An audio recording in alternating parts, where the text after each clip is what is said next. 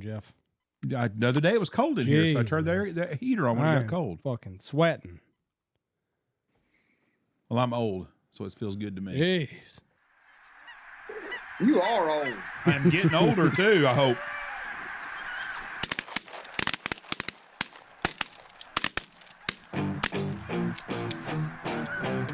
Woo. Sweating.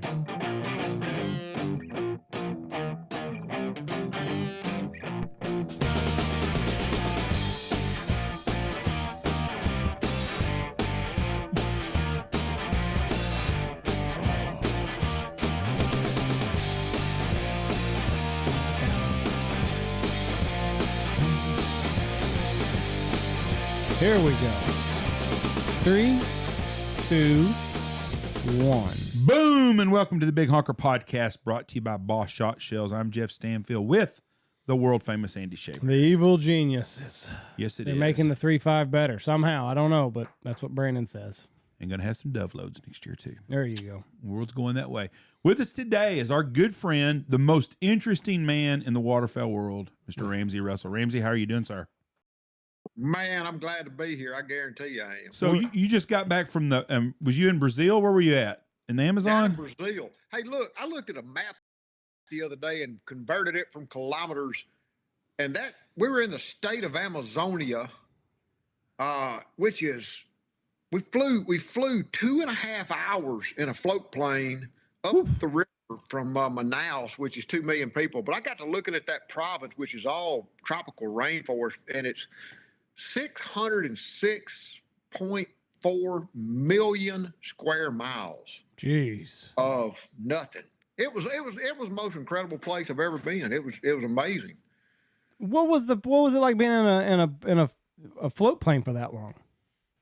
I read a book, look, because we're kind of up in the clouds, you can see Manaus kind of falling out of back. When we got up above the clouds, we're buzzing along. I read a book, and which will get to the.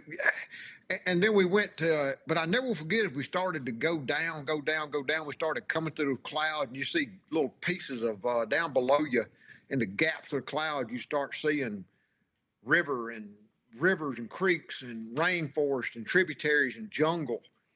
And it was just like, it's kind of exciting, kind of exciting being in that place. Now, look, here's the crazy thing. It's going to sound crazy to some people. Somebody asked me just the other day, how can you say that? Well, it's the truth, man. That is the first, honest to God, vacation I've had in 20 years. And it really took some doing to pull it off right in the middle of January, which is the great time of year to go down there fishing on the equator. We were right there on the equator thereabouts. I had to plan it 2 years out, and I planned it with a kid that had gone to the Marines. He's out now. And he and I decided to go do something and catch up one final hoorah. And he likes to fish and I like to fish, so off we went. And we actually booked it through a listener, Brent Moreland, that owns Acute Angling. He's a listener of the Big Honker. He's a listener to my podcast. He's a client and become a friend. And he helped us set it up, and it went off without a hitch. It's hard to believe that in the middle of absolute positive nowhere, we were on a barge that would accommodate private rooms and meals, and they even had I was sad that the downside of this whole trip was finding out on day 4 they had Wi-Fi. Because the best part of this vacation was not having contact with the outside world. Yeah. And I turned on my phone one day at drink time. We're up there drinking cocktails, and my phone blew up with emails and texts, and I turned it off. I'm like, I'll deal with this when I get home. Good for you. We were catching peacock bass, and it was just, it was a really, really killer experience. I forgot all about green-headed ducks, I'll tell you that. What's the weirdest thing you saw while you were in the jungle? Oh, God. Nothing. I mean, those peacock bass, and we went out one day. Well, we saw monkeys in the trees, howler monkeys, and we saw... We got little short tails like a raccoon, and they howl, man. You hear them forever. Macaws flying over, toucans flying over. You see a lot of birds like some of the warblers and stuff. I know I recognize from around here because that's where they're overwintering right now while it's cold up here. Did not see any snakes. And I actually asked the host one day, I said, man, What about them anacondas? we see, I mean, Duncan and I, we done made up a mind. If we saw a 10 or 15-foot snake, we wanted to catch him and take a picture. And the guy no. as flat face as anything he could, he says, 2 things I don't like on my boat in the middle of the jungle are drunks and people that try to catch big snakes. And then he got to telling us about these brightly red and blue frogs that they've got. He said you probably won't see any, but if you do, if you're going under the brush, and you're always going under the brush, man, if one jumps in your boat, don't touch them. They're poisonous, and just a touch one would get in your bloodstream, and you'd be dead before we could get a helicopter this far out in the remote jungle. Other than that, you know, you see some local, for lack of a better word, river rats, just folks that live out there, and they catch a few fish. I learned that some of them are catching tropical fish for the pet trade back home, but they go around with. I pointed to one of them one day and asked Gladdy, my guide, to drive over. Let's talk to him. And he was catching turtles, not snapping turtles, not soft shells like you would eat around here, but like green sliders. You know, the turtles you see sitting on cypress logs, and they eat them down there.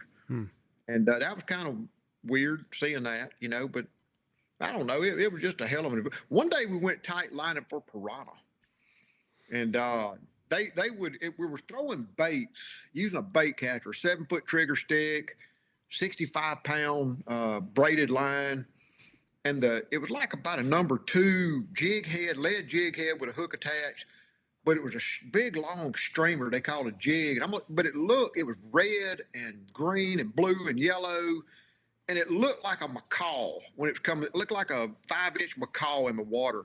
And that's what those fish bite. And I can tell you this right now, that son of a bitch is going to get tangled on anything that gets on the water. And you can bet your butt you're going to get tangled. If you throw 1,000 times a day, you're going to get snagged on something 150, 200 times at least.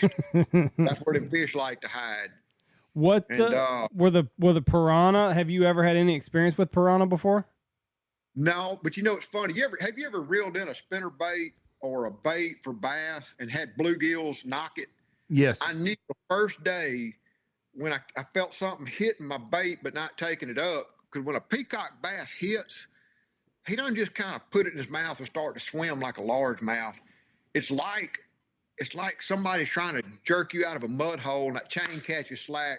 And it's like, bam, they just hit it and they're on.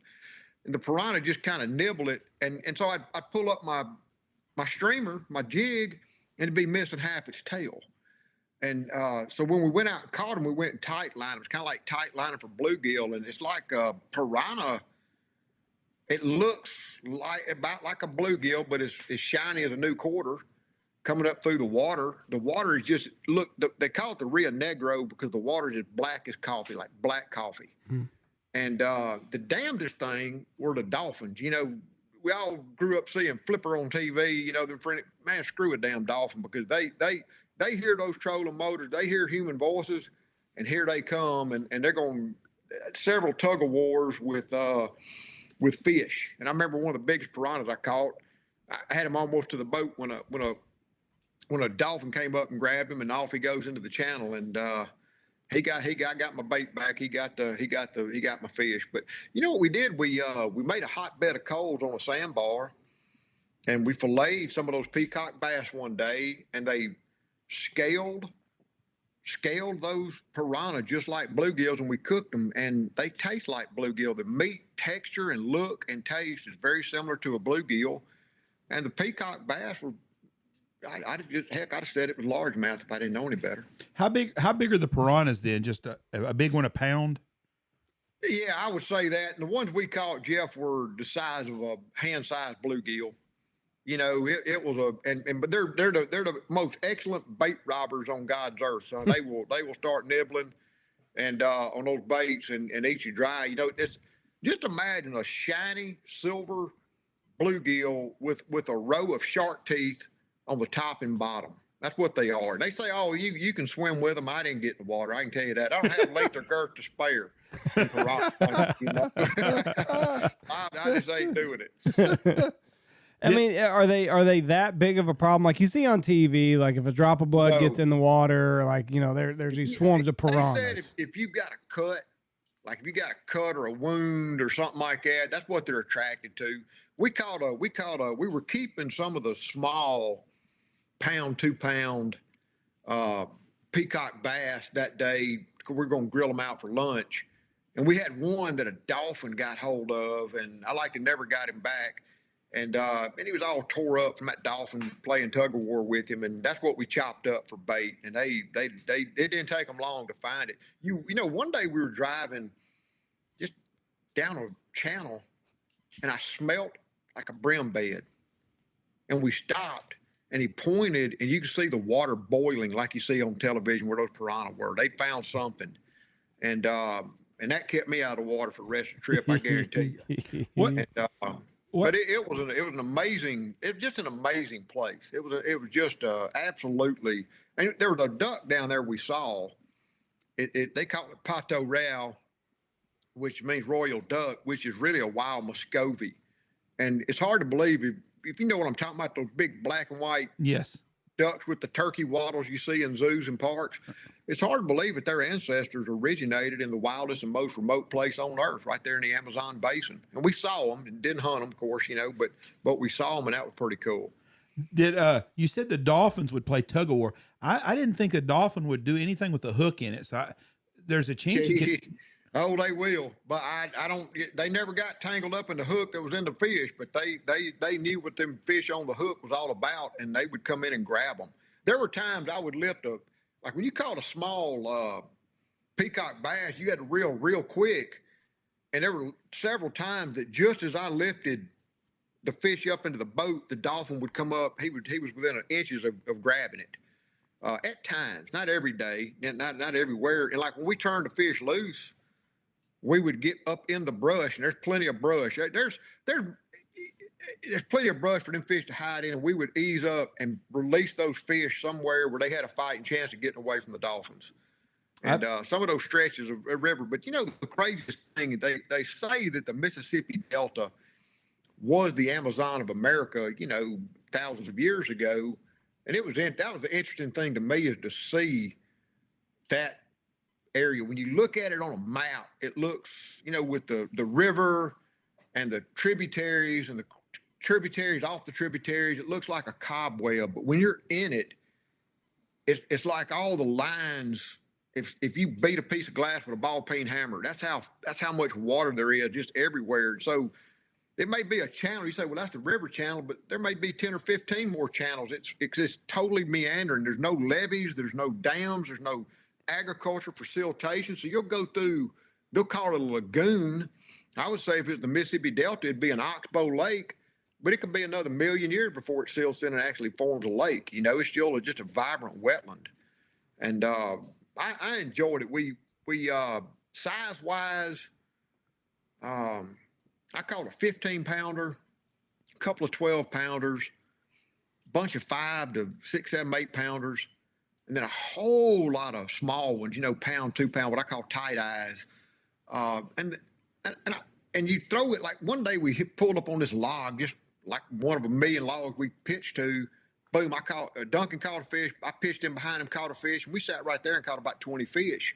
But they were all small. But the guy, Gladdy, they called him Gladdy, which is short for gladiator. And they called him Gladiator because he's so hyper-focused and serious on catching fish.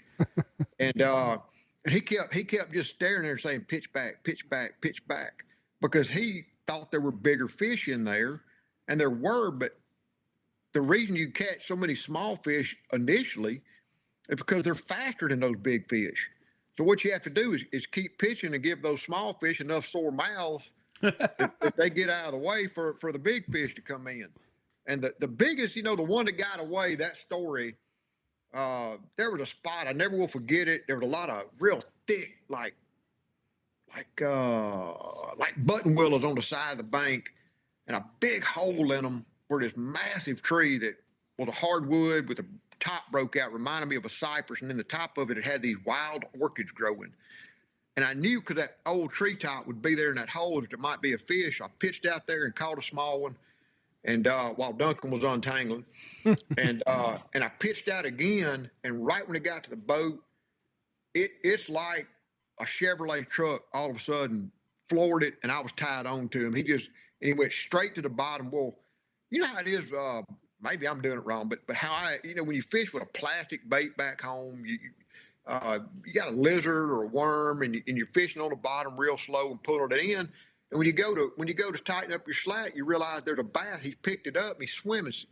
Well, you reel down to it, and what I a lot of times do is put my thumb on the spool just for that second when I set the hook, so that hook will come on through the plastic. You don't ever touch a spool on a peacock bass. I found out because when that big fish hit, I initially put my thumb down, and in 2.2 seconds he broke off. And for the first time, my very stoic and quiet guide got animated. He started scolding me about no finger, grande. I said, how big? He goes, big. So and he believed it was 20-pound class, but it broke 65-pound test, like bam, like that, the minute it hit. What is the world record for peacock? Is it 30, 35? I don't know. Gladdy told me that back in September, hunting another river that acute angling works, that he caught I think he said a 27-pounder, I think is what he said. This past fall, that was his biggest fish in 25 years, was a 27-pounder. That's a big old fish. And I'm going to tell you, having caught a 15-pounder, I cannot even imagine a fish half again or twice that size on the end of my line. Because they are fighters, man. Did you drive by any of the old little villages on the stilts on the river? Nope, we didn't see none of those. And part of that, now see, the way they run that floating camp, we landed on that plane, and some little boats came and picked us up and took us to the floating house, the floating, motel or whatever they call it. And when we go out and fishing in the morning, we pack a lunch. Sometimes come back, sit in the air conditioner, and take a nap. But when we came back at the end of the day, that barge had moved. It moved a mile or 10 down the river, staying in new water. And what happened is there were 8 of us on the boat. Duncan and I joined 6 other guys, and we were supposed to leave the airport at 7 in the morning. Well, we didn't fly out till 9 because of the bad weather. Wherever we were going, a downpour. When we got there, the water was high. It had rained a lot, and the river was steadily coming up a little bit. Well, I don't know if you know anything about fishing when the river's coming up. It makes it real tough. And the water was way out in the trees, and it's real dense, real dense woods. I would guess that the trees that we were trying to pitch up into where the fish might be, I'd guess they had 3 times the stem density of a 9x10 pine plantation. It was real thick, so so we just had to pitch up in there what we could, or try to catch some structure on the outside. Or a few times we hunted minefields. It might be 50 or 100-acre area of just nothing but dead trees and treetops underneath it, and you just work it over best you can and try to get those fish out of there. But it's just to be somewhere like that. And to me, like, I took a book I've been meaning to read for the last 6 months. I read the whole thing. I'd come in, read a little bit in the morning, read a little bit in the evening, read a little bit at lunch if I came in. The phones weren't ringing. The texts weren't going. There was no social media to keep up with. And I just enjoyed it. What book did you read? I read a book called, it's what is the name of that book? What's the name of that book? Hand me that book right there, babe. Hold it up. What's the name of that book? Oh, Wild New World. Wild New World by a guy named Dan Flores. And it was just kind of about wildlife and human interaction with wildlife on the North American continent since before the meteors hit, since the Pleistocene. It was really, really, went through the whole European showing up, Native America, and buffalo extinction, and Carolina parakeet, just the whole thing. I found the book fascinating. It was absolutely fascinating. Have you, Dan Flores, you said, got a woolly mammoth Dan on the cover? Flores. Yeah. Okay. Yeah. Got a big mammoth on the book. Yeah. It was a really good, it is wildlife. I'm a wildlife management major and stuff like that. I really enjoyed it, but it was a very, very interesting book. I'm gonna check that out. Have you their descriptions of showing up? Like when they talked about the passenger pigeons, numbering in the billions. Yeah. Or the buffalo numbering in the gazillions, and the deer and the lions and the bear, just the sheer numbers. Because what had happened, they say, when like the folks showed up on Plymouth Rock, what had happened, the Spanish had already come through there back in the 1500s and killed off 90% of the native population through smallpox. Mm-hmm. And in the absence of people, the animals just blew up. And but it was just real interesting reading that book, especially being, you think about a wild ass America that was the wildest, most fabled wildlife place on earth when Europeans first started coming to America. Now we're all civilized, but to be somewhere truly wild and remote, reading that book it was just the perfect context to read that book in. Have you heard of a book called A Hunter's Road by Jim Fergus? Jim Fergus, I think, is up in Minnesota. And I know I've read some other books from a guy named Jim Fergus from Minnesota, more oriented around Springer Spaniels and bird dogs. That's what this is. That's what it is. My friend Douglas Spells sent me this yesterday, and I'm fixing to to read this book. He said it's a really good book. He's reading it, and he said he thought I'd enjoy it. It's been around a while. I've got a lot of 93 was A Hunter's Road. I don't know what it is about hunting season, but I always get on like this. I'm going to read all these books during the off season. Then I read like 2 and I'm done. But it's hard to do, man. It's hard to do in this digital age. Think about how much time you spend working on your podcast and working on social media and emailing and texting. And it's hard to commit yourself to reading books, 300, 400 pages of information.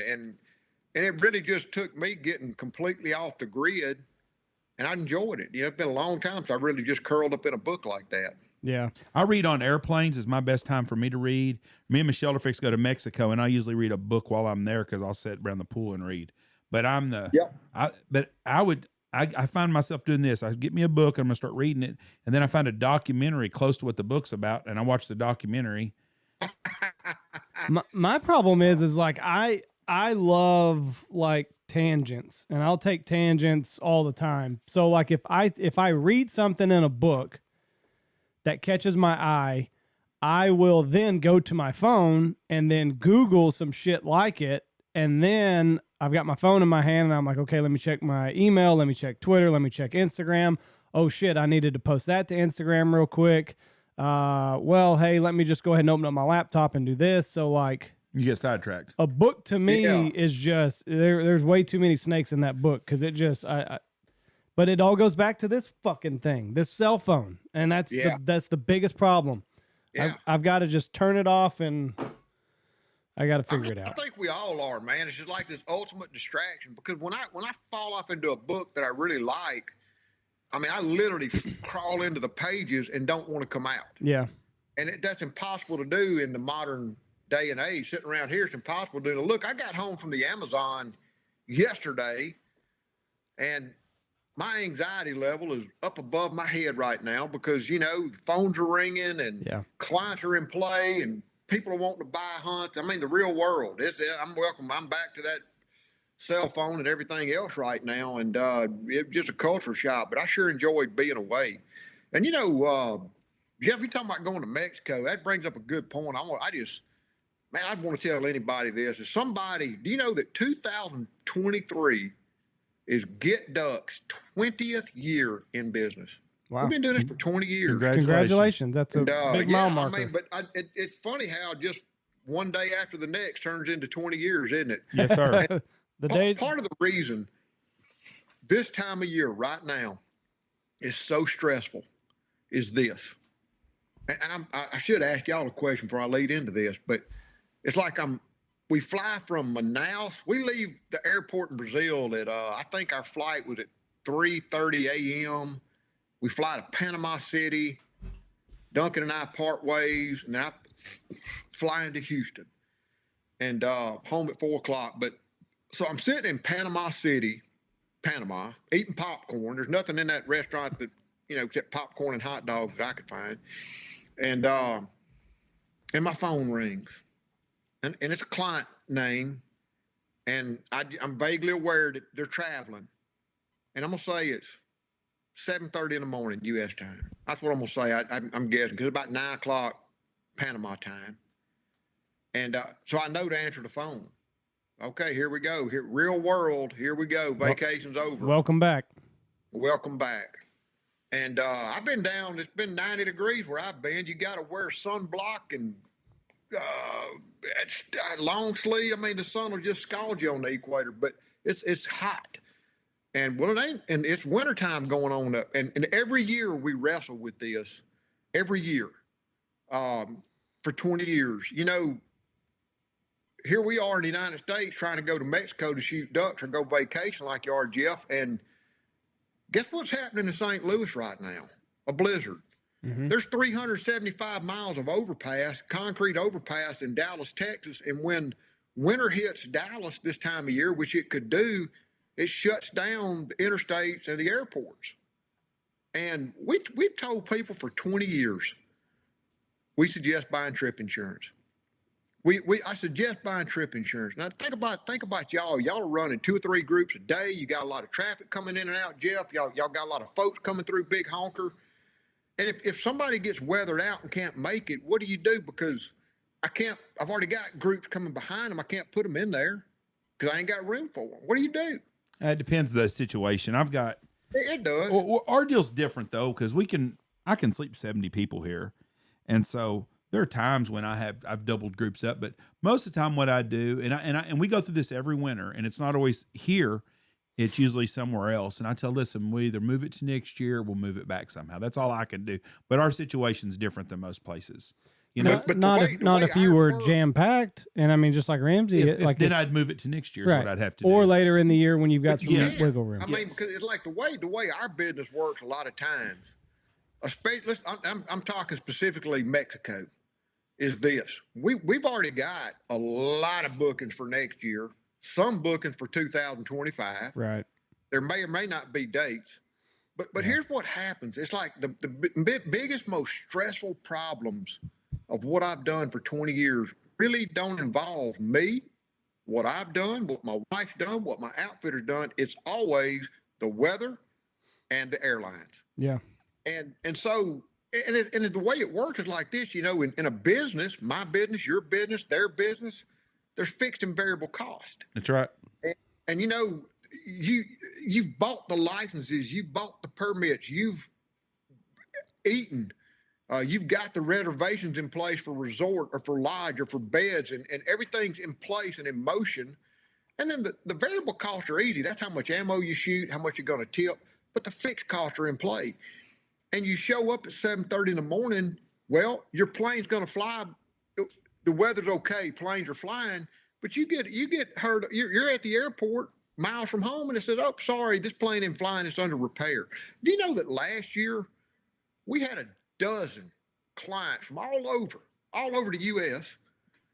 They didn't know each other, but, you know, they're all clients going to the same place. But I'd say it's 10 clients, not a dozen, but they show up.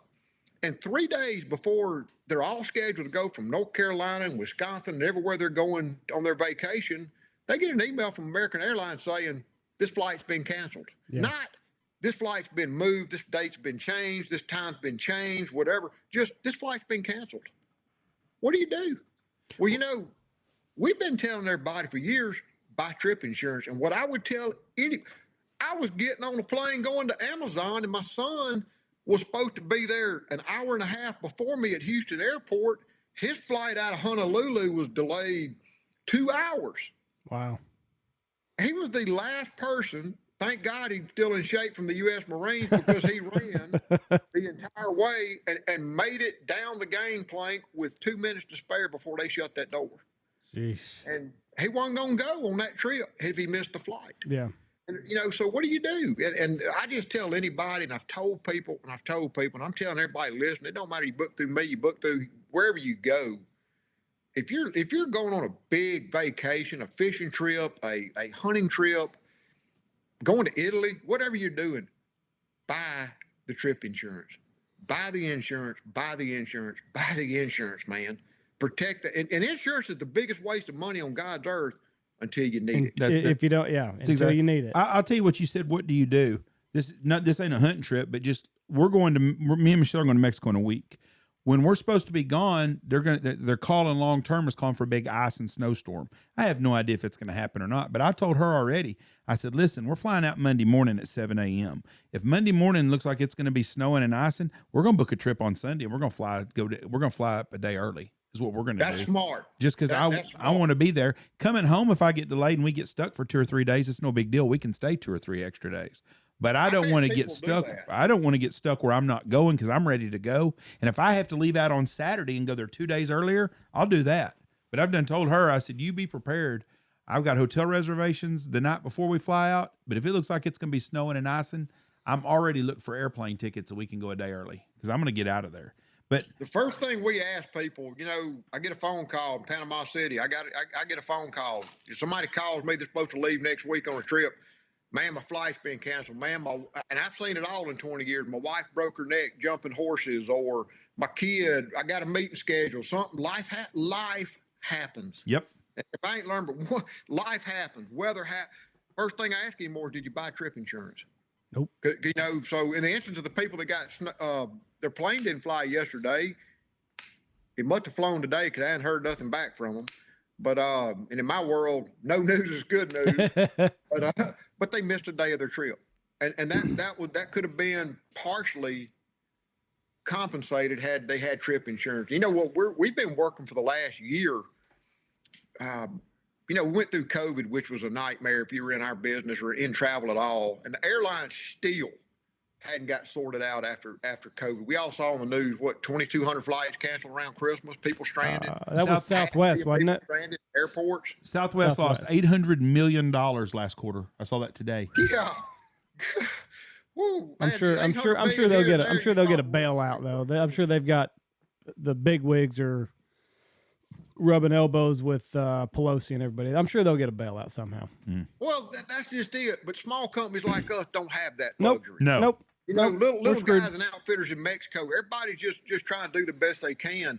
And I tell you what we're doing as a solution to this, and I have told every client that I have talked to at shows, at wherever, I've told every client I've talked to in the last 6 months since we really got down to the brass tacks of this process, and to a person, every single one of them said, hell yeah, I'll do it, is we have worked with a couple of insurance companies, and they're going to team up one on the other, but basically we're going to, if we send Andy an invoice to go to wherever, we're gonna line item a piece of travel insurance on there. And it's $300 for about a $500 or $600 policy that covers up to 6,000 of them fixed costs I'm telling you about. Mm-hmm. And so there you go, buddy. If you buy a $4,000 hunt, we're gonna send you an invoice for $4,000 and add $300 to it. And if you don't want to do it, you just check the button and digitally sign. I understand that if I'm self-insured, my ass is grass if my plane gets canceled or whatever. That's all I know to do, But at the end of the day, we've worked our asses off for 20 years just trying to take care of ourselves and the outfitter, but most importantly, the freaking customer, the client.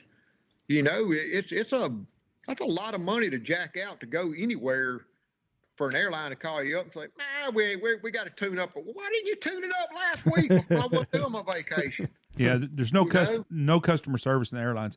I've got a guy that's going to hunt with you in Mexico that reached out to me a couple of weeks ago, and we're going to do a podcast with him when he gets back, talking about going down to shoot the Brants. I hope he makes it. Oh, is he going Brant hunting? He's going somewhere down there with you, but he's going to Mazatlan. I saw that thread on y'all's page. Yes. I assume it's the same person. He's going to Mazatlan, which is an absolute Jeff. Our Mazatlan, we call it a honeymoon duck hunt because we've literally had 15 or 20 people go down there and do honeymoons, but we called it kind of cheeky because Daddy can bring mama, go shoot some ducks and have a good time. The women love it because they're going to a resort like what you and Michelle are going to. Mm-hmm. But you get to go out, instead of playing shuffleboard or golf, you get to go out and shoot ducks in the morning. but it's unbelievable. It's unbelievable the number of couples that come back engaged or pregnant or something To which our fine print says no extra charge. But that's where they're going, and I just heck, man, I fingers crossed the weather's good and they make it. There's a 99.9% chance they will, But I guarantee you, when they come back, he and she, when we go down, every year I'm there, I'll kind of go out to the pool at Cocktail Hour towards the end of the trip and mic up husbands and wives and just get like hey, you know what I'm gonna say about Mazatlan? It's awesome. What does he say? What does she say? What did they like about this experience as compared to what they thought it was going to be? And it's always amazing to hear about an experience in the client words. And in the instance of Mazatlan, the wives absolutely love every bit of it as much as the guys. I love the guys that call up and say, "Well, I'm bringing my girlfriend and my wife, and can she come out and take pictures of me hunting?" I go, "Does she hunt?" "No." I said, "Well, she probably don't want to." "Yeah, I think she does." I said, "I guarantee you, she don't want to get up at 5 o'clock and come watch you shoot duck. I promise what she wants to do is sleep in and go to the spa and go sit around the pool. That's what she wants to do. And then she'll see you at 11 o'clock. Trust me. Your wife does not want to go sit in a duck blind with you swatting mosquitoes or whatever it is, No, to take pictures. No, yeah, like, come on. She doesn't want to do that. I really look forward to this podcast and to talk to someone about his adventure. So we're going to have that. We'll do that probably at the end of the month or in the end of February. So good. Pretty good one. How safe is everything in Mexico? Because, it also seems like this time of year, every year we hear about horror stories going on in Mexico. Is that? I know. I mean, I'll answer my thoughts and I'll ask Jeff what he thinks because he's fixing to go. Well, I'm going with Jeff. Jeff's going twice, and he's taking me in March. So on January 5th, I saw a lot of stuff blow up in the news media. Sensational reporting, like everything else. Shootouts and everything else because they called Chapo's son. Yes. They caught him way the hell up in the mountains, a long way from anywhere. But as a safety precaution, they shut down school, shut down the airport, did some stuff. The next day it was open. And so when clients ask me about it, I'm going down there March 1st through 4th, and I hadn't changed my plans, and I'm not going to because I don't think Mexico has changed in a day or a week or a month or 10 years or 5 years. I don't think that those people are targeting or have any interest whatsoever in a civilian duck hunter. I just personally don't. I think that if you're down there in the cartel industry, hey, you know what you signed up for, but I ain't. I don't think they want to fool with people like that. I just don't. I think that tourist zones are safe, and I've never had a problem. The whole time all that shit was going down in January, we had clients north of there, we had clients south of there. Nothing. I actually asked one of the head guides down there, who's also a big lion hunter. He's got dog. He loved that's what his passion is hunting mountain lion pumas with his hounds. And on January 6th, I sent him a text. Said, "Hey man, what's going on? Is everything fine? How's it going? What are your thoughts?" And all he wrote me back was pictures of his lion dog. One of his lion dogs got killed by a puma. And so, I mean, his life ain't changed. I just don't think, at the end of the day, guys, let's get real here. That's $1 trillion cash business that exists to feed primarily the American drug habit. Right. Well, that's what this is all about. I had just seen that they shut down a bunch of these cartels shut down 3 Mexican airports. They didn't shut them down. The government shut them down just a safety precaution because you had a lot, as I understood it. And I had some contact with the Sonora Tourism Board, with some of my people down there, and it's like this. It's like something like 9/11 happened, something serious happens. What'd they do? They shut down all the airports in the country that day, right, or that week. And I think what happened when something like this happened, you had a lot of American or Canadian diplomats, whatever, going in and out. You had shit going down, and I think they just, as a safety precaution, but the very next day, all the schools and all the airports were open. The cartels didn't do nothing, right? But so the government did it as a safety precaution, right? Yeah, but we've been going to Mazatlan, that honeymoon hunt. God, at least 15 or 16 years. Wow. And we've had not one cross incident, not one scary moment, nothing ever happened. You do have a lot of police presence, you have military presence, you have things, how they're keeping order in their country, but I mean, that's just them on the roads, maybe checking passports or something, but it's fine. I think what I tell people is I can see trouble. If you go out to a public beach on those areas, you have a lot of hardworking entrepreneurs trying to sell you sombreros or something. Right. And if you make eye contact, the pitch is on, buddy. But other than that, I've never had any problems whatsoever. None. Zilch. Where has there ever been a place that you did get shook down? Not in Mexico or anything like that, but has there ever been in all of your travels where there was like a roadblock or something and they shook you down? I've seen in Mexico over the 20-year period, I've not in Mazatlan, but I've seen where the police kind of come by and, you give them a handful of shotgun shells. Right. I've seen that kind of stuff where you give them a little money and make them go away. I mean, Peru, we went through a roadblock one time in Peru and had nothing to do with a hunt. We're just in downtown Lima. And there's a blockade, and they're stopping all the cars. Hell, some cars were understood what was what. They just blew through it and went on because they knew what the deal was. And the guy I was with said, "Have you got $20?" I go, "Yeah." He said, "Put it in your passport and hand it to this guy when he comes up to the truck." Mm-hmm. That's all they were doing was just they needed some money. Yeah, I got shook. I got shook down at the Cancun airport one time. Yeah, you were with us. Yeah, me and Michelle and the boys were little, and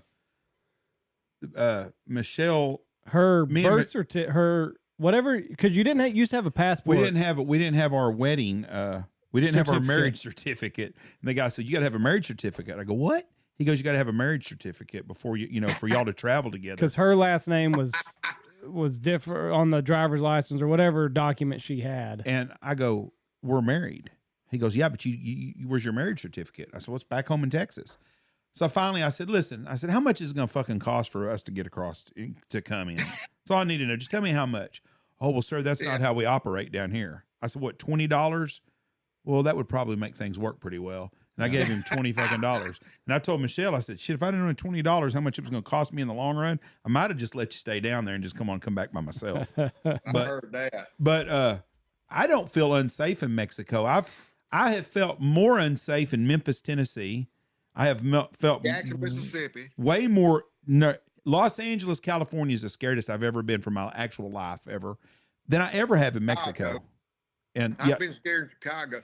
Jeff, interesting point. And we live in the greatest country on earth. Yes. America is, there's not even a close second.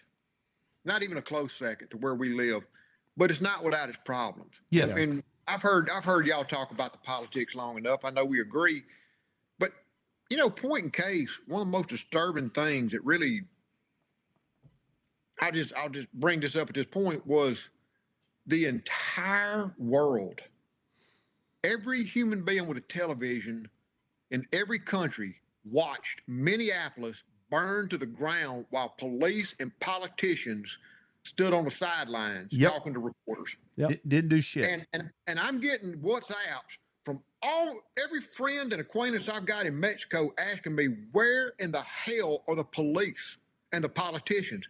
To which I could only say, good question. Yep. People from Pakistan saying, what in the world is going on in your country? So, I mean, we really,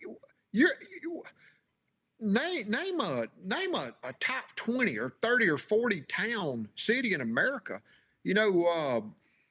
that you're not uncomfortable going into shopping at 9 o'clock at night, that you let your wife go shopping. There's not one. Without fear. Not one. No, I mean, even around here, like we have Abilene and Wichita Falls, and they both got 150,000. Yeah. Top out about 100, 125. I wouldn't let my wife go there at 9 o'clock at night. I wouldn't let her go into Walmart. No. Lubbock, Texas, no way. No. And I mean, but it's sad. I mean, and I've seen videos coming out of like San Francisco and LA and I mean, homeless people are just right there on the street.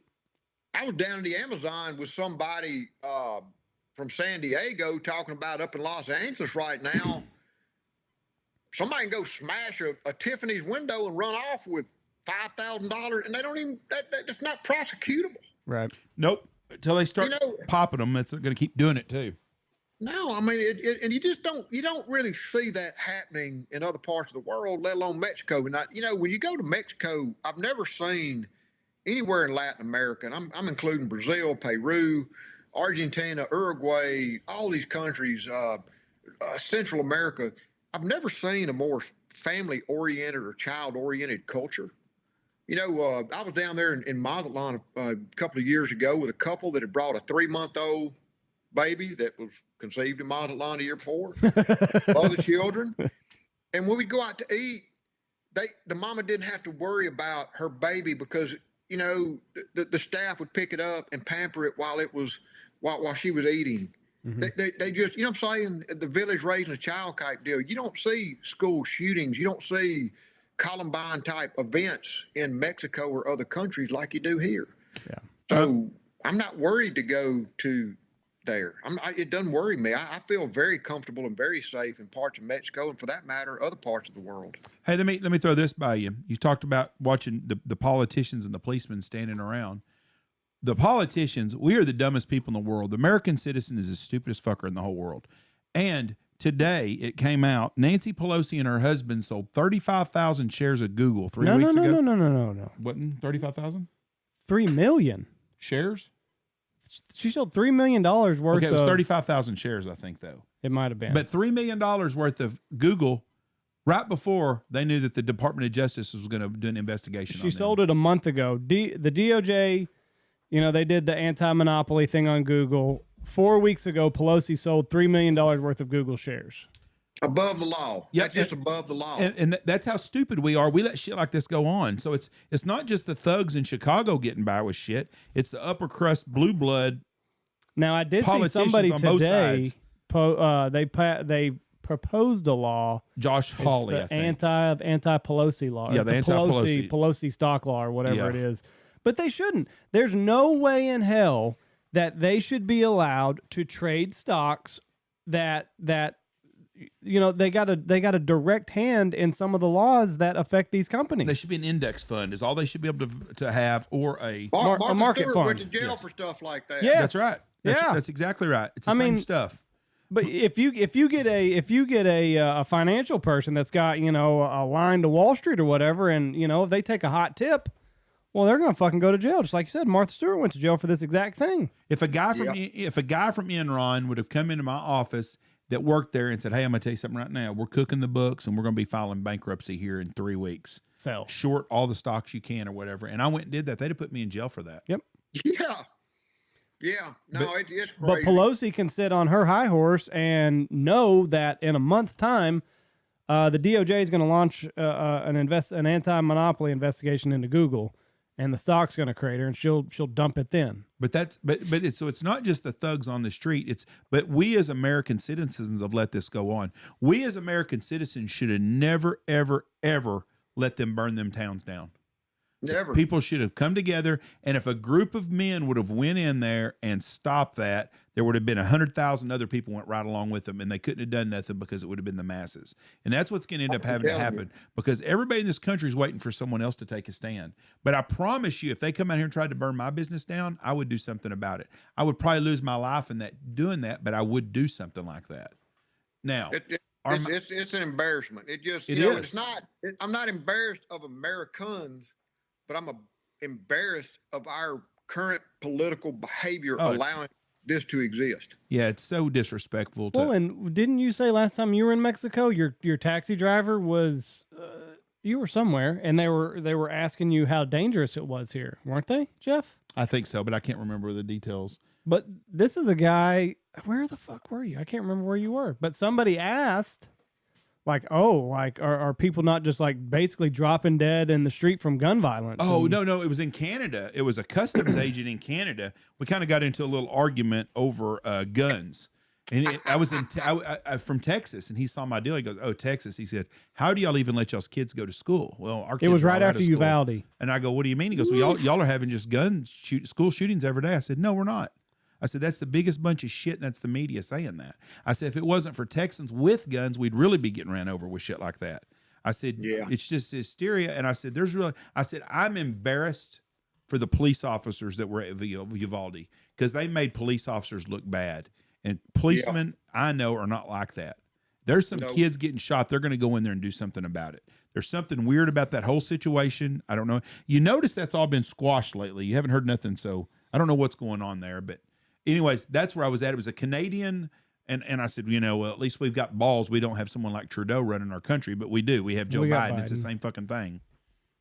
We had, getting back on Mexico, I just had this thought, you see all these reports and the news and the scary violence coming out of Mexico. It ain't nothing compared to what it was Obama's first term.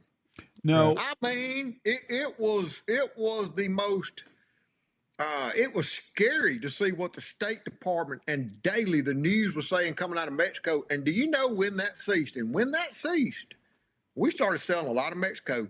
Do you know when that ceased? It ceased when Obama and Holder got caught up in that Fast and Furious scandal. Mm-hmm. And the minute that happened, there began to be zero negative news and reports and updates or nothing coming out of Mexico. If they truly wanted I ain't wearing a tinfoil hat, but I am. If they truly wanted to report what was going on in Mexico right now, they would take their ass to the border and see the illegals coming across from our country. And it's not Jose that's wanting to come work and pick fruit and work and make his family a better place. It's the drug cartels. It's the Muslims coming across from Africa. That's what's coming across the border. The good working Mexican family that wants to come over here and work, we open with open arms, come over here and work. We need you. But we don't want all that other shit. But they just letting it all there, and it's all political. When you had Trump in office, we didn't have all them problems. As soon as we got rid of him, we got whoever the hell's running, because it's not Biden running the country now. We got all these problems over here, and they don't do nothing about it. And the border is scary right now. It's really scary, and I would not feel safe in Acuna, Mexico, but I would feel safe. I do feel safe in Cancun. Now, Cancun's got 1 million people, or 2 or 3 million. How many they have? If you go to any city in the world with 2 to 3 million people, you're going to have problems and crime. Boy, can you imagine if the U.S. State Department, if there was somebody online posting about, just pick the top 50 or 150 cities in America, the true crime that was going on, right? Would any of us leave our homes without looking like Rambo? We'd never. Nobody would be going to Mardi Gras at New Orleans. No, New Orleans is terrible right now. Yeah, if you really wanted to post stuff. I read a report one time, and it wasn't I don't remember. I had it posted online forever. It was an old report from like 2010 or 12 that the violent crime in Mexico was, because Mexico's a big country just like America. The violent crime in Mexico was statistically equal to Orlando, Florida. But if you started looking, and they picked out categories, and they picked out like general violent crime versus rape, murder, whatever. Right. And it was amazing how many cities in America, D.C., Philadelphia, St. Louis, Memphis, Tennessee, out just dwarfed Mexico. It was unbelievable how it was. I just think I think it's over. I go to Mexico like you, Jeff, and I always have a great time. At that resort, we go down for 5 nights, 4 days. I'm back at the resort at 11 o'clock to hang out with Mama and go drink happy hour or whatever like that. And at the end of that trip, I'm so relaxed you can pour me in a shot glass. Yeah, I love Mexico. If you did a statistic at the Orlando airport, people that were going to Disney World, and you did a statistics of the people that were going to Cancun to go party and to have debauchery, I'll bet you're exactly right. I'll bet the statistics of the people that go to Disney World that encounter something in Orlando is as high as what had happened at Cancun going to vacations. Or higher. Yep. I guarantee you. Yeah, There's because no doubt in my mind. and there's no doubt the drug cartels have ruined Mexico in a lot of ways. They've really, really hurt them. There's no doubt. I remember as a kid when I was probably 7, 8 years old, we would go to South Padre Island every spring break. My grandparents had a condo down there, and we would go down there, and we would go to Matamoros or Reynosa, and we'd walk across the bridge, and you'd buy whatever the hell it was, waste your money on little gadgets and gadgets, and then come back to the island and stuff. But there wasn't a lot of problems. They had the border patrol down there, but it's when the cartels and the drugs come in over there, that's when all the problems happened. And the problems with the drugs are it's America buying drugs. That's the problem. Yep, that's what the whole issue comes from, and it's the fentanyl, which is very dangerous. But as long as we're using and consuming here, we're going to continue to have these problems. So hey, didn't y'all have somebody several years ago on your podcast that flew? Roger Reeves. Roger Reeves. Yeah, I heard him on another podcast recently. Yeah, he's making the rounds. Well, do you feel bad for doing that? The guy's like, no, I don't take drugs, but they do, and I'm just. I mean, it's he's a middleman. I'm just a business. Yeah. I can't control morality. He spent just the way he put it. Okay, I kind of get it. You know what I'm saying? I mean, it's a $1 trillion industry, man. How many American politicians, Jeff, are neck deep in a $1 trillion river of cash? A bunch of them. They're all crooked. And a lot of them had a military grade sniper rifle. Where'd he get it? I'm like, probably the Lincoln bedroom. Yeah. Yep, that's exactly right. A lot of them probably had ties back to the Mexican cartel. I mean, if you really want to do some digging. So I pulled up a list. I pulled up an article. I can't find a list though, but Cancun, and it's not about anything else, but Cancun is safer than Paris and Mexico, or Paris and Las Vegas. And nobody thinks twice about going, everybody goes to Vegas, doesn't think twice about it. Everybody goes to Vegas. I don't want to be in Vegas when Christ comes back. I tell you, that's the last place on earth I want to be at the second coming of Christ. Last time I went to Las Vegas, it was very unnerving compared to the previous trips. We used to go 3 or 4 times a year, and we could walk down the strip at 3 o'clock in the morning, and I never worried about nothing at all. The last time we were there, we took an Uber from point A to point B, and we didn't walk down the strip much, and it had completely changed from what it was. When the mob was running it and they were shooting you in the back of the head for stealing from the casino, it was a lot safer than it is today. The last time we went, they were doing a lot of construction work on the strip, so like they kind of bottlenecked you. A couple times that I'd gone, the strip was pretty wide, and you could get around people. There were several places that they would like bottleneck you down to where you could only have 2 or 3 people on the sidewalk at the same time. And I didn't like that. And then, weed was a lot more prevalent. And I'm not a big anti-weed guy or anything like that, but the crowd that it drew out and the people that were standing around on the strip that didn't really have anywhere to go were not the kind of people that I wanted just standing around checking me out as I was trying to cross the strip. I'm going to be politically incorrect here. What Andy's saying, he didn't want to be around a bunch of thug, nasty, dope slinging druggies. And that's all that there was on. That's all that there was on the strip, pretty much. Same with me. But it used to not be that way. The mob ran it, Jeff. I'll tell you the story, kind of the abbreviated version. I was in very remote Mexico one time, ahead of a TV show coming down. I wanted to go. We were targeting Mexican mallards and hunting kind of ephemeral water that run off from irrigation. And I wanted to go and be a part of getting the blind setups that to make good TV. And I would run around with a couple of my hosts down there, the driver and the guide and whatnot like that. And we were going through this little dirt road way out in the middle of nowhere, this little dirt road community, kind of place where there's windows on the bars because it's Latin America, but there may not be doors. You know what I'm saying? Right. And it's bars on the windows, I should have said. And it's just houses, just little, and it's a Indian village. It's Mexico, but it's like a little Yaqui Indian village. And as we're driving through, he says, "Do you like turtle soup?" I go, "Yeah, I like turtle soup." And so when we came back through, we stopped at a home, and on the back patio, they had a picnic table set up, and the women of the house would bring out turtle soup. And everybody in the community show up, and I'm sitting there just chowing away.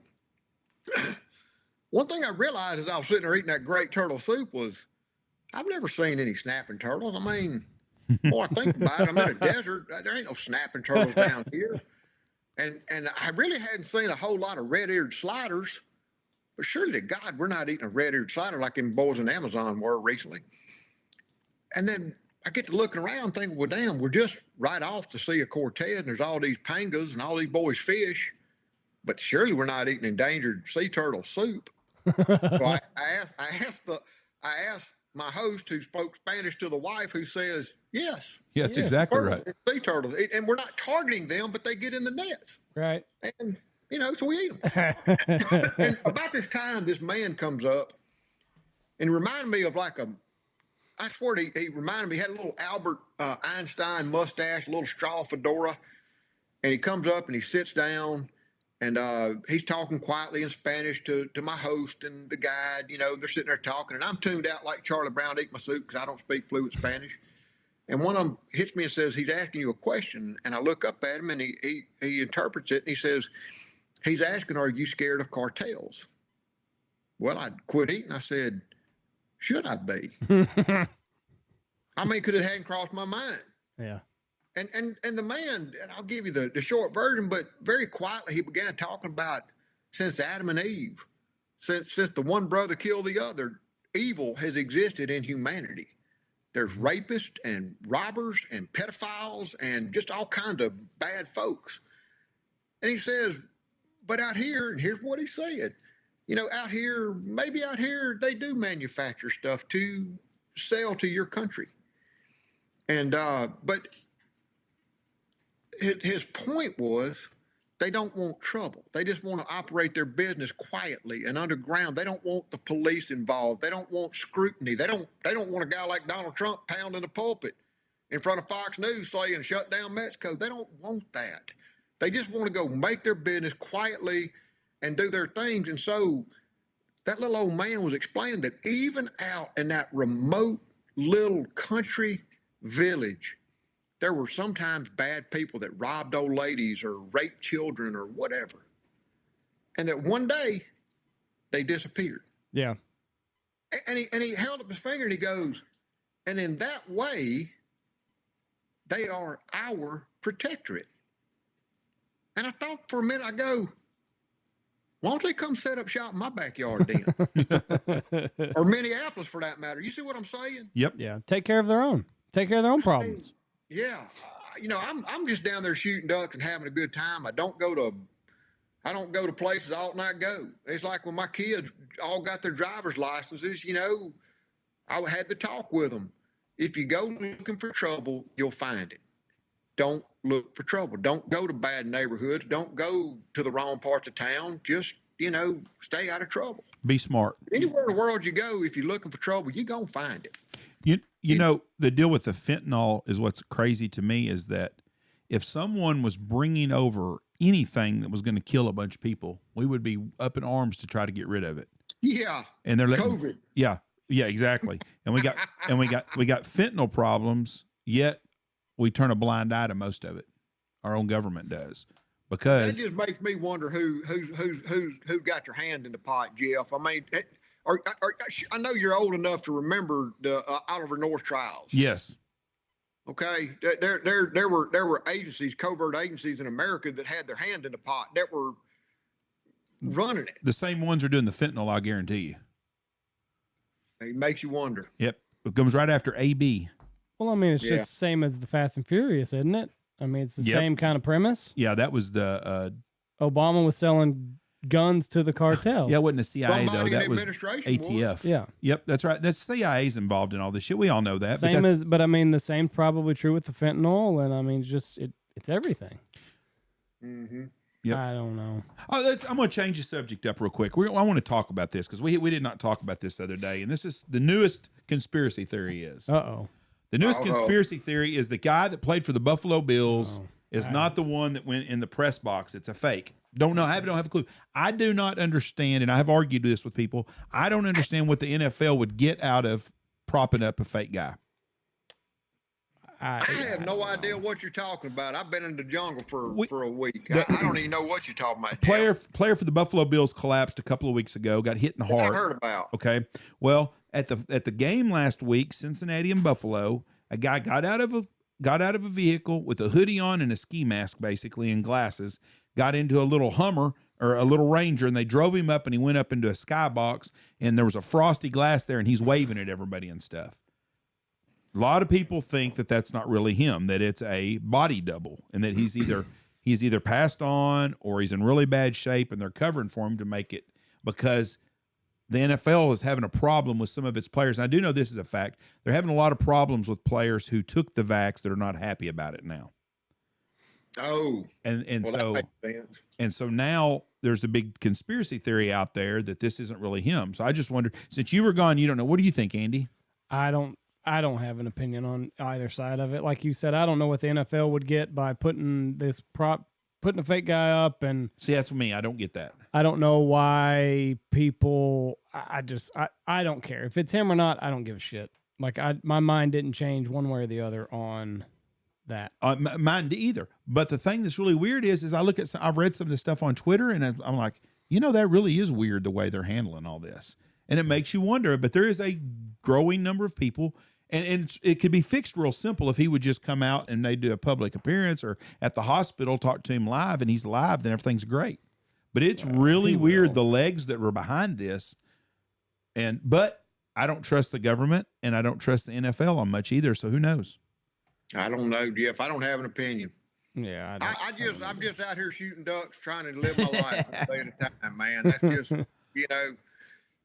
I really can't get bogged down too much in a lot of these conspiracies. And I just, and the politics, we all know it's a bigger picture than what we know of, but all I can do is go out and try to make a living and shoot a few ducks, and enjoy my life and take care of my family. That's just, I'm a simple guy like that.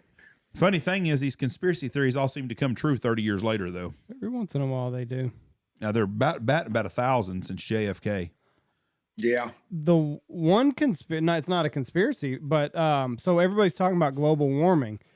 Joe Bastardi, I don't know if you know who he is, but he's a weatherman.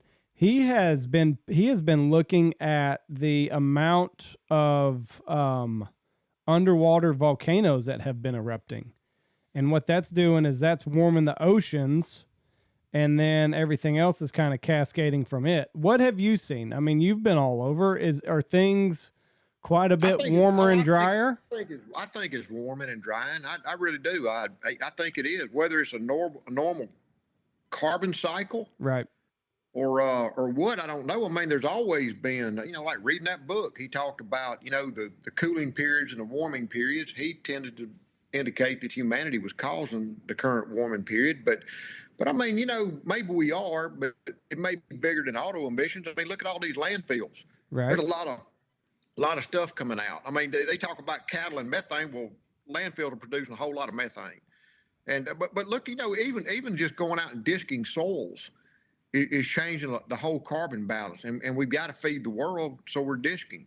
But right. I just don't think the quote global warming is a political word. So I don't like that. But I think if you look at what's happening to our winters, yeah, we got a real winter this year. And look at the great duck reports we got. Everybody seemed to have a great season, but overall, I mean, I think it's very warm. I think the winters are shorter cold snaps, warmer, at least here in the deep south. Mm-hmm. I think if you look at the water situations with the drought, with the flooding, with a lot of stuff going on, I just don't. I think it all adds up. I just don't think you can shake it off and say, "Oh no, there's nothing going on." It's no, man. But what I say is the world has been dynamic like that forever. There was a time that glaciers were carving out the plains. Right. There was a time that the center half of the United States was water. Right. And I mean, so maybe those glaciers up there didn't exist then.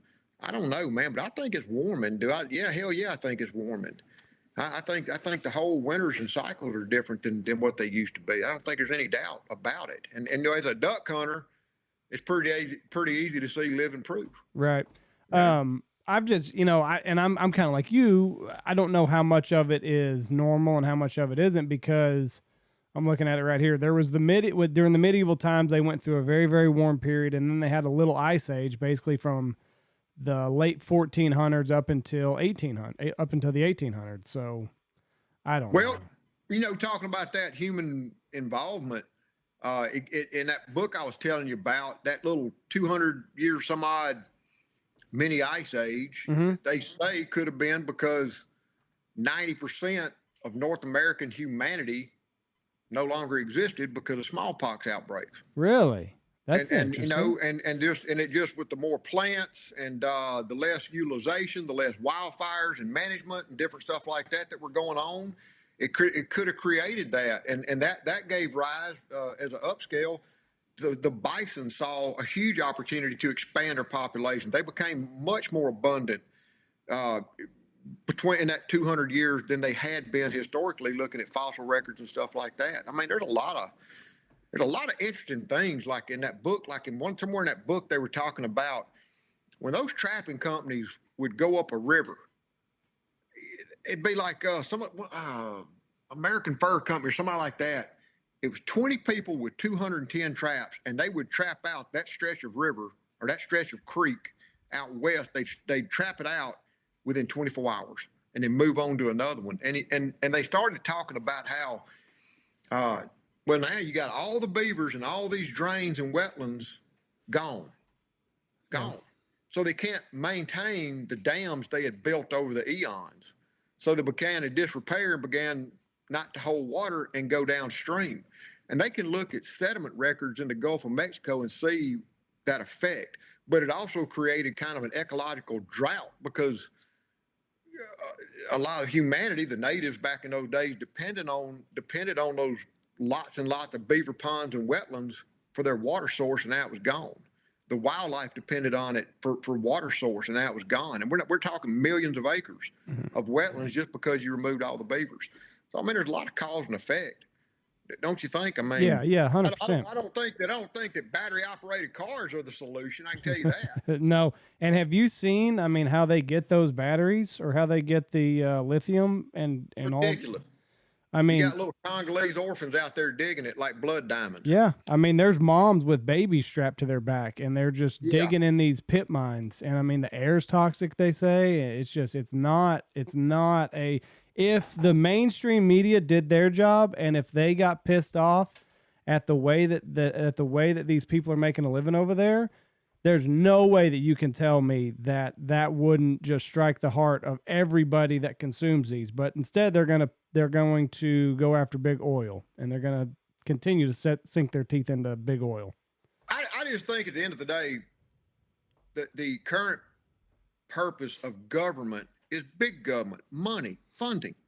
Yeah. You know, that's what I think. I think that a lot of these government agencies, all of them, I think at the bureaucratic level, have become like big, gray, bloated ticks, and they only function to get bigger. You know, and I think it's never more obvious to me or frustrating when I think about it that way than yesterday, for example, coming through Houston, there were 40 little passport off, you know, where you go through and check your passport. 3 of them were open. Out of 40, like a Walmart. Right. There was a line, just like Walmart, there was a line, not one, but 2 747s that just dropped passengers off. I landed 30 minutes ahead of schedule. Therefore, I had 2 hours and 25 minutes to make my connecting flight. And it took me an hour and a half just to get up to where that guy could check my passport. That's crazy. And then I had to find my bag because it'd been so long since it'd been thrown off. And then I had to go back through TSA, which was an absolute complete, because everybody that got off in planes had to go through that TSA checkpoint. And they started off with 2 of them little scanning machines and X-ray machines, opened it up to about 3 very briefly. Well, guaranteed 100,000% when I go through those little X-ray machines, I got to get patted down. And I'm never going to make it easy on the guy. They start reading their script. Well, sir, we got to touch it. I said, it's scar tissue. Well, we got to do this and do that. I go, it's scar tissue. Bah, bah, bah, bah. And I'll say, do what you got to do. It's scar tissue. And he said, well, sir, I'm just trying to read my list. And I said, that's right. Yeah. And I'm just telling you what it is. And he, well, you want to go to the back room? I said, If you're going to check me like that, you, by God, earn your money and check it in front of God and everybody. I'm not making it easy on you. But hell, I made my flight with a 2.5 some odd, you know, about a 2.5 hour lead time from the time we landed to the time I had to make my flight. I had 10 minutes to spare when I sat down. Jeez. That's ridiculous. That is ridiculous. And how much safer do I feel getting on a plane? Yeah. I don't. No, me neither. You know, not one bit. You know, it's ridiculous. But it's just big government, big inefficient government. How much money do they get out of those government agencies get from that whole wasted process? What do we? I read something the other day. It was like $300 billion a month. What is what $300 billion a month? Or something like that is what the government collects in taxes every month. Oh, it was ridiculous. I think it was $300 billion a month that our government waste. Collect? No, I think they collect, but it's wasted. They don't do shit with it. Hey, let me tell you. I'll tell you this. I got home now. Now I'm off vacation, so I get home, and I'm thinking I got 3 or 4 days, and I get to the airport. My wife picks me up. She says, "You know, you're leaving for Azerbaijan in 48 hours." You know, that's why I'm in my den having this interview instead of my office. It looks like a bomb went off. You know, we call it the war room anyway. And cause I'm just trying to put out some fires before I hit, but I leave 20 hours from now. I'll be at the airport again, heading to Azerbaijan. I have not been there. I was in Azerbaijan hunting 8 miles from the Iranian border, eating dinner, fixing to come home when the news report was Iran had just closed its border because of some health issue. They were the first country in the world to shut their border, maybe really? second only to China, over COVID. And that was the last time you were there? That's the last time I was there. I tried to go last year, and I had Omicron. Uh-oh. And got checked at the Dallas airport. That's right. I remember you telling us about that. Yeah, and so now I'm finally getting to go back, and you know, I'm looking forward to it. But it's hectic. I'm home for about 48 hours from Azerbaijan. I'm going to Guatemala, which is a great new blue wing teal destination we've put together. I've taken some real, what I call my 18 part of my client list. They're guys that have hunted with us a lot, have been to a lot of different situations. They know that this is not yet a get ducks destination, but it's coming, and I know they'll give me good, honest feedback and have a good time and roll with the punches. Yeah. And but I'm real excited for that. I talked to the guy today. There's a bunch of blue wings down there still, and then convention, and then Mexico and so forth and so on. It's just back to the grind right now. But I wanted to say this to anybody listening. I wanted to tell y'all this. To celebrate our 20th year in business, and I thought about this for 4 years leading up to it. We're giving away an all expense paid Argentina duck hunt. You know, a lot of folks that listen to our podcast or follow us on Instagram, or they don't have the means maybe to go to Argentina. And but we just felt we talked about it, and so if you go to our Instagram, Ramsey Russell Get Ducks, the details are pinned to the top. But you know, like, share, whatever. Go to our webpage and enter, because on February 24th, we're going to announce a winner, and some lucky son of a gun is going to go for you got to be 21 years old, have a U.S. passport, and meet me at the airport, or meet me in the airport there at Buenos Aires, and come join me in a duck blind for 5 days, and we're going to take care of everything. Your coach airfare, shotgun shells, tips, guns, the works. Come on down and join us. I can't wait. I hope I win. You got my name in there, boy. Too. I hope the guy that wins it, and I feel certain it will be, I hope they deserve it. Yeah. You know what I'm saying? Yes. I just want somebody to get to come down there and do this, and we're real excited for it. And I really don't know. I don't know which lodge we're going to go to. I'm going to see what they've got to go in June or July this year. Probably June is when I'll be down there, early July. We'll pick a week, see where I'm going to be, and line them up, and just come on, man. But somebody's going to win it. It might as well be you, Might Jeff. as well be you. I'm telling you, if you get a fat white guy from Knox City, Texas, won't know if he can upgrade to first class for that long flight, that'll be me, okay? So the drawing's going to be February 24th. Sure. Yeah, it's a long period, but boy, I tell you what, it blew up our inbox. It blew up Good. our mails with contest entries, and I'm excited to be able to. I'm just proud to be able to offer this to somebody. You know what I'm saying? It makes me very proud. It's just a small way we're paying back thanks for the past 20 years. I'm very humbled and thankful for the past 20 years. The days are long, but the years are short. Listen, Ramsey, it's been a great time with you as always. We've gone almost an hour and a half. Have fun in Azerbaijan. Have fun everywhere else that you're going. I can't keep up with you. You're shot out of a cannon. I don't know how you do it.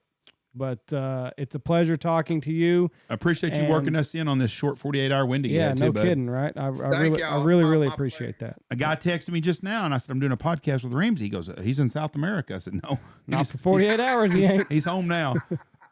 Thank you, my friend. God bless you, and have safe travels. All righty. Bye-bye. See ya. Bye. Most interesting man in waterfowl right there. He's a goer. Well, I hope I win that trip. Jeff, you don't need to enter into that. Why? He said somebody that deserves it. Why don't I deserve to get it? Ain't Jeff Stanfield. Why would I not deserve it? I was going to take you with me. Yeah, neither one of us deserves that trip. Okay. We get to do a lot of this stuff. We're way more fortunate than I would agree with you on that. The guy that I know. So I'll feel guilty if I win, but I will see about upgrading to first class. If you do. Yep. All right. Thank y'all for listening to us. God bless y'all. Have a great week. Come to Turkey Fest and see me. I'll be at the Boss booth. Going to be selling Turkey Boss Feder, Farm. the Turkey NWTF. Convention at Nashville. I will be there February 15th through 18th, I believe, at the Boss booth, and we will be selling Boss Tom there. Come by, see me and Dirk. I didn't get invited, so y'all have fun. Well, you don't deserve it. Yeah. Check out Gundog Outdoors, Shin Gear, Lucky Duck, Stanford Hunting Outfitters, Dirty Duck Coffee, Ducks Unlimited, Double T British Kennels, Bangtail Whiskey, Alpha Outdoor Specialties, The Looking Glass Podcast, Hunt Proof App, Pacific Calls, Dive Bomb Ministries, Boss Shot Shells, and Mossberg.